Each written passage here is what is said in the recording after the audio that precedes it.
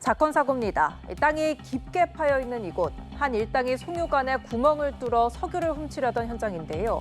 경북경찰청은 어제 석유를 훔치려다 미수에 그친 60대 A씨 등 3명을 송유관 안전관리법 위반 혐의로 구속하고 범행에 가담한 60대 B씨 등 3명을 불구속 입건했습니다.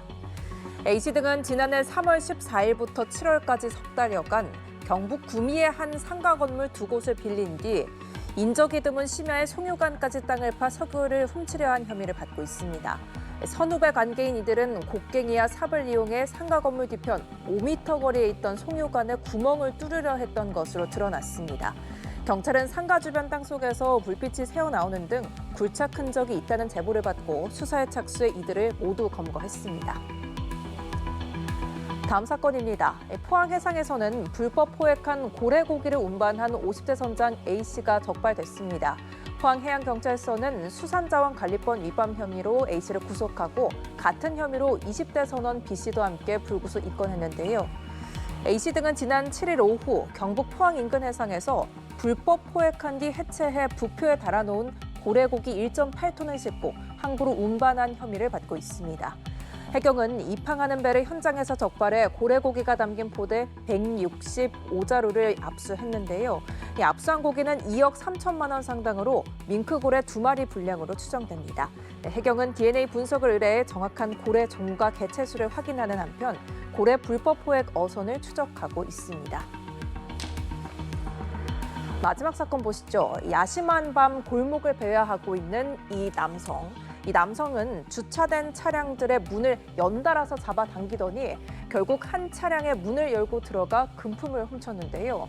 이처럼 전국 각지에서 주차된 차량의 문을 열고 금품을 훔치는 이른바 차터리 범행이 잇따르고 있다고 합니다. 새벽 주택가 등에는 문을 잠그지 않고 주차한 차량이 많은 점을 노렸습니다. 보도에 천재상 기자입니다. 청주의 새벽 골목길, 한 남성이 주차된 차량으로 걸어갑니다.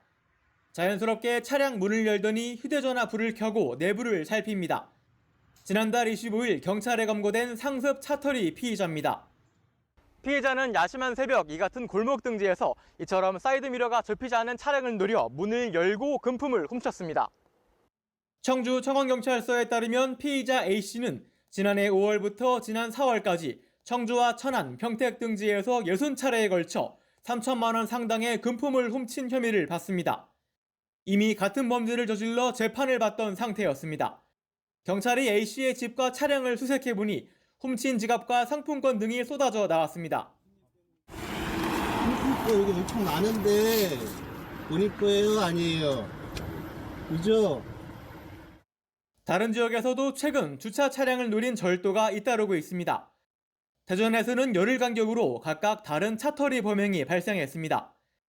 피의자들은 당시 주차된 차량의 문을 연달아 잡아당기는 모습을 수상히 여긴 CCTV 관제센터 직원의 신고로 각각 현행범 체포됐습니다. 차터리범 같은 경우에는 실형을 받는 경우는 거의 없어요. 초범 같은 경우에는 뭐 집행유예나 벌금형이기 때문에 재범의 위험성도 굉장히 높다고 생각합니다. 경찰은 잠시라도 자리를 비우는 상황이 생기면 사이드미러를 접고 반드시 차문을 잠가야 한다고 당부했습니다. 연합뉴스TV 천재상입니다.